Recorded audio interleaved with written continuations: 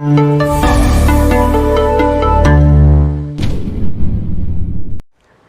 குருபியோ நமஹ.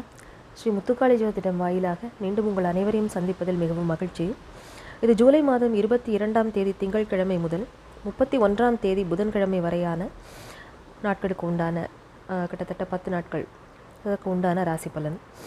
இப்போ ஆடி மாதம் ஆடி பிறந்தாலே அனைவருக்கும் மனதில் ஒரு மகிழ்ச்சி வரும். என்னென்னா எல்லா ஒரு பண்டிகைகளுடைய ஆரம்பம்னு வச்சுக்கலாம். நம்ம வரிசையாக ஆடி மாதம் பிறந்தாச்சுன்னா ஆதி தாயாகிய அன்னை பராசக்திக்கு உண்டான ரொம்ப உகந்த மாதம். ஸோ வரிசையாக நம்மளுடைய விரதங்களில் ஆரம்பித்து எல்லாமே இந்த ஆடி மாதத்தில் இருக்கும். இப்போது இந்த ஆடி மாதத்தில் முக்கியமான நாள்னு பார்த்தா ஆடி கிருத்திகை வருது 29ஆம் தேதி.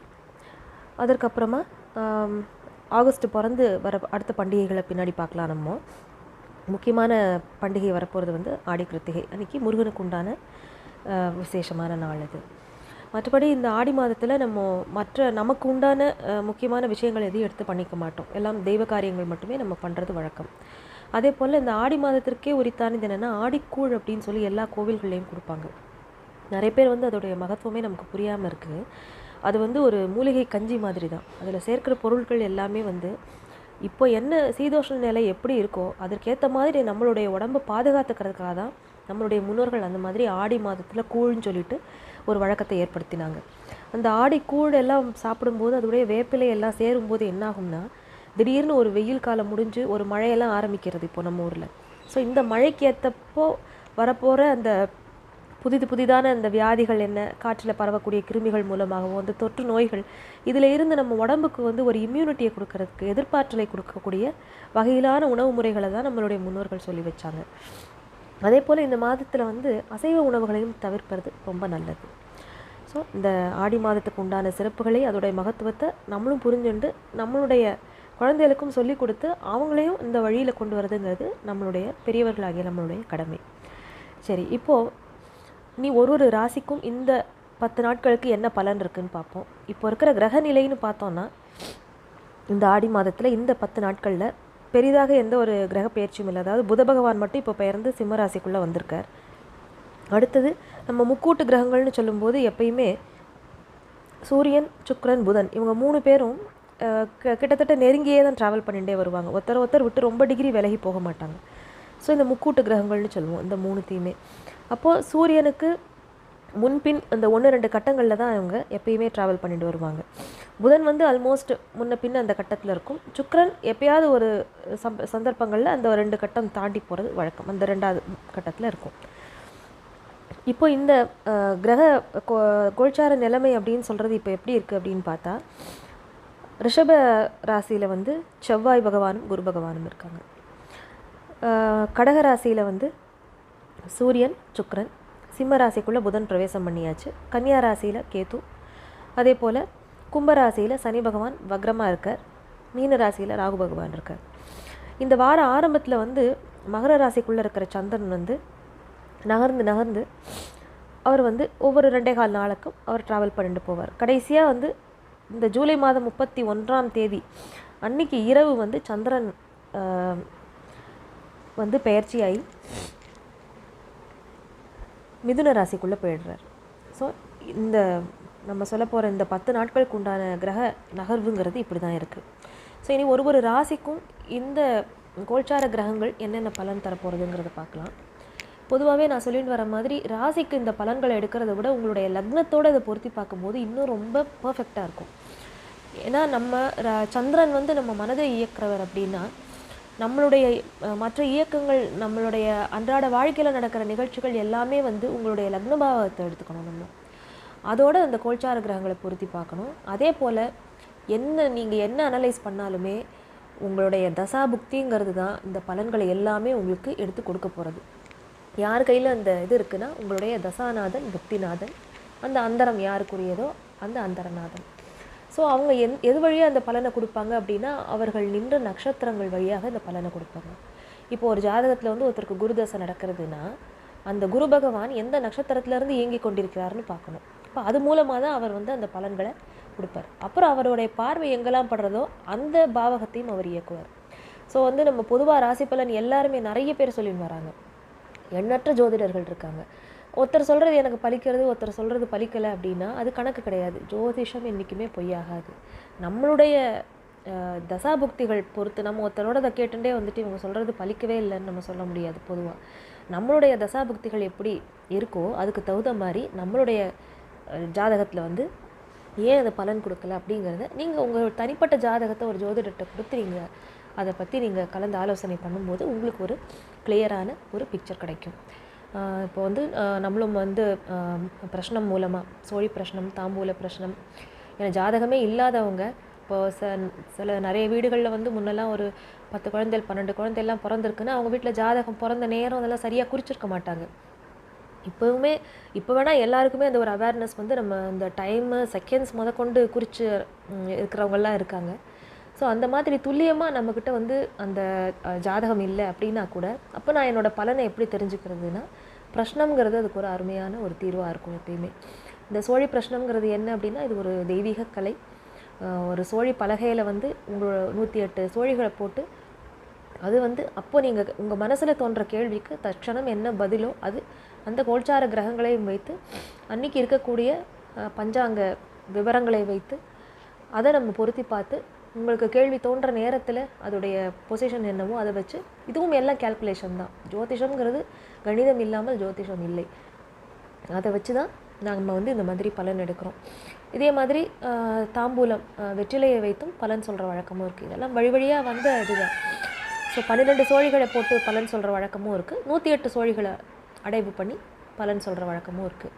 ஸோ இதை பற்றி உங்களுக்கு தனிப்பட்ட முறையில் ஆலோசனை வேண்டும் அப்படிங்கிறவங்க கீழ்கண்ட எண்களில் வந்து தொடர்பு கொள்ளுங்கள். டெலிஃபோனிக் கான்வர்சேஷன் மூலமாக உங்களுக்கு உண்டான பலன்களை தெரிந்து கொள்ளலாம்.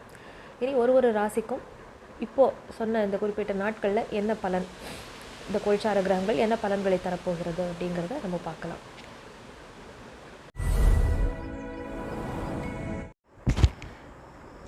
கடக ராசி அல்லது கடக லக்னத்தில் பிறந்த நபர்களுக்கு இந்த வார ஆரம்பத்தில் உங்களுடைய ராசி லக்னநாதன் சந்திரன் வந்து 7ஆம் இடத்துல இருக்கார், மகர ராசியில் இருக்கார். அதுக்கப்புறமா அந்த 2 நாட்கள் செவ்வாய்க்கிழமை மத்தியானத்துக்கு மேலே உங்களுடைய அஷ்டமஸ்தானத்துக்கு சந்திரன் வந்துடுறார்.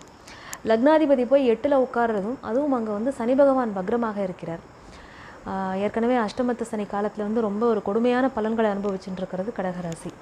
அவர் அங்கே வக்ரமானாலுமே அவர் வந்து ஒரு தொந்தரவான இதை பலன்களை கொடுக்கக்கூடிய நிலையில் தான் இருக்கார். இப்போ சந்திராஷ்டம காலம் வந்து உங்களுக்கு செவ்வாய்க்கிழமை அன்னைக்கு மத்தியானத்துக்கு மேலே ஆரம்பிக்கிறது. கடகராசிக்காரர்கள் சிறிது எச்சரிக்கையுடன் இருக்க வேண்டிய வாரம் இது. உங்களுக்கு வந்து உங்கள் மனைவி வழியில் எதிர்பாராத சில தேவையில்லாத செலவினங்கள் வரும். அவங்களுக்கு ஏதாவது உடல்நல பாதிப்போ அவங்க மூலமாக சில மன வருத்தம் தரக்கூடிய விஷயங்களோ ஏதாவது நடக்கிறதுக்கு வாய்ப்புகள் அதிகமாக இருக்குது. அதே போல் உங்களுடைய ராசியிலேயே சூரியனும் சுக்கிரனும் இருக்காங்க. உங்களுக்கு வந்து சுக்கிரன் 4-11க்கு உடையவர். ஏன்னா அவரே வந்து பாதி பலன்களை கொடுப்பார். அதாவது ஒரு நற்பலன் ஒன்று கொடுத்தாருன்னா அதில் ஒரு வேண்டாத ஒரு பலனும் இருக்கும். அந்த மாதிரியான ஒரு பாதகத்தை செய்யக்கூடியவரும் சுக்கிர பகவான் தான். சுக்கிரன் எங்கே உட்காந்துருக்காருன்னா உங்கள் லக்னத்திலேயே வந்து உட்காந்துருக்கார். அப்போது உங்களுக்கு வந்து வீடு வாகனம் வகையில் ஏதாவது ஒரு மனசுக்கு ஒரு நெருடல் தரக்கூடிய விஷயங்கள் ஏதாவது நடக்கலாம். சில லாபங்களும் உண்டு. அதே நேரத்தில் சில லாபங்களும் உண்டு. ஒரு கஷ்டத்தை கொடுத்து ஒரு நன்மையும் செய்கிற மாதிரியான நிலையில் இருக்கார். உங்களுடைய ராசிக்கு 2ஆம் இடத்துல வந்து 3-12க்கு உண்டான புத பகவான் இருக்கார். எப்பயுமே புதன் வந்து சந்திரனுக்கு அவர் ஒரு நேர் வலு பெறாமல் ஒரு மறைந்த நிலையிலேருந்து பலன் கொடுக்கறது நல்லது. எப்பயுமே அவர் வந்து ரொம்ப ஒரு நற்பலன்களை எடுத்து கொடுத்துட மாட்டார் எப்பயும். ஸோ அவர் வந்து இப்போ 2ஆம் இடத்துல உட்காந்துருக்கும் போது குடும்பத்திற்காக சில ஒரு முயற்சிகள் செய்து அதன் மூலமாக சில பணம் விரயமாகக்கூடிய ஒரு நிலை ஏற்படும். உங்களுடைய பணம், உங்களுடைய நேரம், உங்களுடைய எனர்ஜி இதெல்லாம் வேஸ்ட் பண்ணக்கூடிய ஒரு காலகட்டமாக இது இருக்கும். அது வந்து ஒரு சின்ன ஒரு இடத்துக்கு ஒருத்தரை பார்க்குறதுக்கு இத்தனை மணிக்கு வரேன், இன்றைக்கி வரேன்னு சொல்லி கிளம்புவீங்க. ஒரு அப்பாயின்மெண்ட் ஃபிக்ஸ் பண்ணியிருப்பீங்க, அதுக்கு போவோம். எல்லாமே பக்காவாக பிளான் பண்ணிவிட்டு நம்ம அதை முன்னாடியே டிசைட் பண்ணியிருக்கிற ஒரு விஷயமா இருக்கும். ஆனால் கடைசியில் ஒன்றா நம்ம அங்கே போக மாட்டோம், அந்த பிளானே ட்ராப் ஆகிடும். இல்லை நம்ம அங்கே போயும் அது வந்து பைசா பெறாமல் அந்த விஷயம் வந்து ஒரு வீணான பலனையே கொடுக்கும். அந்த மாதிரியான ஒரு நிலவரம் இருக்குது. அதே மாதிரி 3ஆம் இடத்துல கேது உட்கார்ந்துருக்கும் போது சகோதர வழிகளையும் உங்களுடைய முயற்சிகளில் சிறிது தொய்வை உண்டாக்குவார்.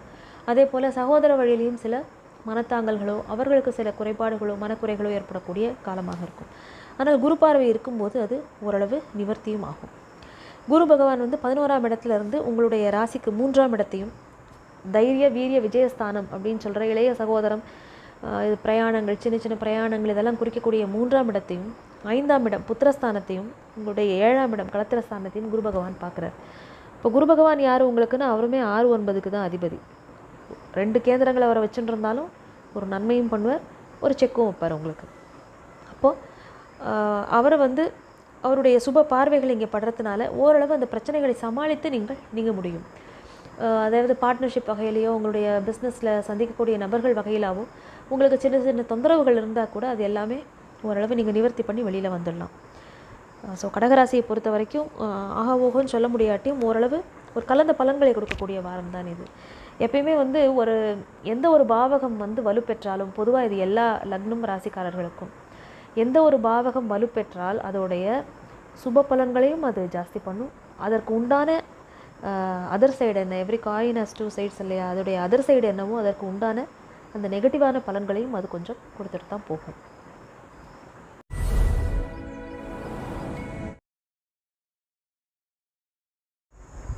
சிம்ம ராசி அல்லது சிம்ம லக்னத்தை சார்ந்த நபர்களுக்கு இந்த வார ஆரம்பத்தில் வந்து சந்திரன் உங்களுடைய ராசிக்கு 6ஆம் இடத்துல இருப்பார். ருணரோக சத்ருஸ்தானம்னு சொல்லக்கூடிய 6ஆம் இடத்துல இருக்க. அந்த 10 நாட்கள் முடிஞ்சு 31ஆம் தேதி ஜூலை 31 அன்னைக்கு உங்களுடைய 11ஆம் இடத்திற்கு சந்திரன் பெயர்ந்து வருவார். உங்களுடைய ராசிநாதன் எங்கே இருக்கார்னா, உங்களுக்கு விரயஸ்தானத்தில் இருக்கார். 12ஆம் இடமான அயனசயன போகஸ்தானத்தில் இருக்கார். அது வந்து உங்களுடைய தொலைதூர பிரயாணங்களை குறிக்கும். அது நீண்ட நேரம் கண் விழித்து நம்ம மெனக்கிடக்கூடிய காரியங்களுக்காக தொலைதூரம் பிரயாணம் பண்ணி தூக்கம் கெட்டு அந்த மாதிரி ஒரு அலைச்சல்கள் கூடிய வாரம். ஆனால் ஆதாயமும் இருக்கும். ஏன்னா உங்களுடைய லாபாதிபதின்னு சொல்லக்கூடிய புதன் வந்து உங்கள் ராசிக்குள்ளேயே சஞ்சாரம் பண்ணுறார். அதே போல் ரொம்ப தூரம் இப்போ நம்ம ஒரு விஷயத்துக்காக ரொம்ப கஷ்டப்பட்டு பிரயாணம் பண்ணுறோம், நம்மளுடைய இன் அண்ட் அவுட் நம்ம அதுக்காக முயற்சி பண்ணும்போது அதில் பலன் கிடைக்கும் போது நம்மளுடைய அந்த கஷ்டங்கள்லாம் மறைஞ்சு போயிடும் இல்லையா. அது மாதிரி நீங்கள் உங்களுடைய அலைச்சல்கள் உங்களுடைய பிரயாணங்களுக்கேற்ற பலன்களையும் லாபத்தையும் ஈட்டி கொடுக்கும். இது வரைக்கும் இருந்த அந்த ஒரு என்ன வேலை செஞ்சாலும் எனக்கு அதுக்கு பலன் இல்லையே அப்படின்னு சொல்கிறக்கூடிய அந்த டிசப்பாயின்மெண்ட் வந்து இனி வராது. இப்போ இந்த காலகட்டம் அந்த மாதிரி தான் இருக்குது. அதே போல் உங்களுடைய லக்னத்திற்கு 2ஆம் இடத்துல கேது உட்கார்ந்துட்டுருக்கார். குரு பார்வையில் தான் இருக்கார் அவர். இருந்தாலுமே குடும்ப வகையில் ஏதாவது சின்ன சின்ன மனக்குறைகள் ஒன்று அது எப்பயும் இருந்துகிட்டே தான் இருக்கும். அதே மாதிரி உங்களுக்கு சந்திராஷ்டம காலங்கிறது வந்து இந்த வாரத்துடைய முதல் 4 நாட்கள், 4லிருந்து 5 நாட்களுக்கு இருக்காது. 25ஆம் தேதி வந்து சந்திராஷ்டமம் ஆரம்பிக்கிறது உங்களுக்கு. 25ஆம் தேதி ஒரு பகல் 3 மணிக்கு வந்து சந்திரன் மீன ராசிக்குள்ளே பிரவேசம் பண்ணுறார். அப்போ உங்களுக்கு சந்திராஷ்டமம் ஆரம்பிக்கக்கூடிய காலம். அப்போது நீங்கள் எப்படி சிம்ம லக்னக்காரர்கள் என்ன செய்யணும்னா, அடுத்தவங்களுக்காக ஏதாவது ப்ராமிஸ் பண்ணி நான் இவங்ககிட்ட உங்களுக்கு இந்த காரியத்தை நான் உங்களுக்கு நிறைவேற்றி கொடுக்குறேன் அப்படின்னு சொல்லி அவங்களுக்கு வாக்கு கொடுப்பது கூடாது. அவங்களுக்காக ஏதாவது ஒரு இடத்துல ஜாமீன் போடுறதோ, அவளுக்காக கேரண்டர் ஷியூரிட்டி போட்டு கையெழுத்து போட்டு கொடுக்குறதோ அது பண்ணாதீங்க. மற்றவர்களுக்காகவோ உங்களுடைய சகோதர வர்க்கத்திற்காகவோ இந்த மாதிரியான விஷயங்களுக்காக நீங்கள் வந்து பொறுப்பேற்றுக்கவே பண்ணாதீங்க. இந்த சனி பகவான் வந்து உங்களுக்கு நகர்ந்து போகிற வரைக்கும் அந்த 2.5 வருஷ காலம், அடுத்த 2.5 வருஷ காலமும் உங்களுக்கு நீங்கள் ரொம்ப கவனத்தோடு இருக்கக்கூடிய காலகட்டம் தான். இது வந்து ஒரு வாழ்க்கை பாடங்களை கொடுத்துட்டு போவார் சனீஸ்வரன் எப்பயுமே. இப்போ 7ல் போய் சனி வக்ரமாக இருக்கும்போது என்ன ஆகும் அப்படின்னா, உங்களுடைய மனைவிக்கு வந்து உங்களுக்கு ஆரோக்கியத்தில் இதுவரை ஏதாவது தொந்தரவுகள் இருந்ததுன்னா அது வந்து கொஞ்சம் கொஞ்சமாக விலகும். கொஞ்சம் இப்போ வந்து அது கொஞ்சம் செட்டில் ஆகும் அப்படின்னு ஒரு நம்பிக்கை தரக்கூடிய காலம் இது. அதே போல் சந்திராஷ்டம காலத்தில் நீங்கள் முக்கியமாக ஒரு குறிப்பு என்ன அப்படின்னா, உங்களுடைய கம்யூனிகேஷன் டிவைசஸ், நீங்கள் அந்த மொபைல், லேப்டாப்ஸு அந்த மாதிரி விஷயங்களெல்லாம் கவனமாக வச்சுக்கோங்க. கைப்பொருள்களை இழக்கக்கூடிய ஒரு காலமும் இருக்குது. அதனால் உங்களுடைய பொருட்களை பத்திரமா வச்சுக்கோங்க. ட்ராவல் அப்போ சேஃபாக ட்ராவல் பண்ணுங்கள். வாலெட்டு, பவுச்சஸ் இதெல்லாம் மறந்து வச்சிடாமல் அதை கவனமாக கையாளுங்க. மற்றபடி சிம்ம லக்னக்காரர்களுக்கு வந்து 10ல் இருக்கிற குரு அவர் என்ன செய்கிறார், குரு பகவானும் செவ்வாயும் 10ல் இருக்காங்க. உங்களுக்கு வந்து குரு பகவான் வந்து 5க்கும் 8க்கும் உடையவர். அப்போ அவர் வந்து அஷ்டமாதிபதியும் கூட. அதனால் என்ன செய்வார், எதிர்பாராத விஷயங்களில் உங்களுக்கு ஒரு பூர்வீக வகையிலையோ, உங்களுக்கு ஒரு சொத்து விஷயங்கள்லையோ, பூர்வீக வகையில் வர வேண்டிய சொத்து விஷயங்கள்லையோ என்னெல்லாம் பெண்டிங்கில் இருக்கோ அதை கொஞ்சம் கொஞ்சமாக உங்களுக்கு ஃபேவரபுளாக அவர் மாற்றி கொடுப்பார். இப்போ நிறைய பேருக்கு வந்து உங்களுக்கு பூர்வீகத்தில் இருக்க வேண்டிய விஷயங்கள் ஏதாவது ஒன்று, அந்த சொத்தை விற்று எனக்கு மாற்றி தர சொல்ல போகிறேன், அப்பாவுடைய சொத்தை என் பேரில் எழுதி வைக்க போகிறார், அந்த மாதிரியான விஷயங்கள் பேச்சுவார்த்தை போயிட்டு இருந்ததுன்னா ஒரு மாதம் வெயிட் பண்ணுங்கள். அது வந்து உங்களுக்கு சுமூகமாகவே மாறக்கூடிய காலம் இது. இல்லை சிம்மராசிக்காரர்கள் வந்து டோட்டலாக டவுனாகி உட்கார வேண்டாம். கொஞ்சம் கொஞ்சமான, அதாவது நமக்கு வந்து வாழ்க்கையில் நீ அலர்ட்டாக இரு, இந்த விஷயத்தில் ஏமாந்துடாது அப்படின்னு சொல்லக்கூடிய பாடங்கள் தான் இப்போ கிடச்சிட்டுருக்கு உங்களுக்கு. அதில் நிறைய சிம்மராசி சிம்மலக்னக்காரர்களுடைய ஜாதகங்கள் பார்க்கும்போது சில விஷயங்கள் கொஞ்சம் மனசுக்கு கஷ்டமாக தான் இருக்குது. அவங்க தெரிஞ்சே போய் நிறைய இடங்களில் ஏமாந்துடுறாங்க, அந்த மாதிரியெல்லாம் இருக்குது. ஸோ மனைவி வழியும் நிறைய பேருக்கு நெகட்டிவான பலன்கள் தான் வருது. அதாவது தசாபுக்திகளும் கொஞ்சம் நமக்கு கை கொடுக்கக்கூடிய நிலைமையில இல்லை அப்படிங்கும்போது இந்த பலன்கள் வந்து ரொம்ப ஒரு மோசமான நிலையை நோக்கி தான் நகர்றது. அதனால் உங்களுடைய தசாபுக்திகள் எப்படி இருக்குது, சுமாராக இருக்குது, அது ரொம்ப நெகட்டிவாக இல்லை, ஓரளவு கை கொடுக்கும் அப்படிங்கிறவங்க இதை தாண்டி வந்துடலாம் ஈஸியாக. சிம்மராசிக்காரர்களுக்கு கவனத்துடன் விஷயங்களை கையாளக்கூடிய ஒரு வாரமாக தான் இதை நான் பார்க்குறேன்.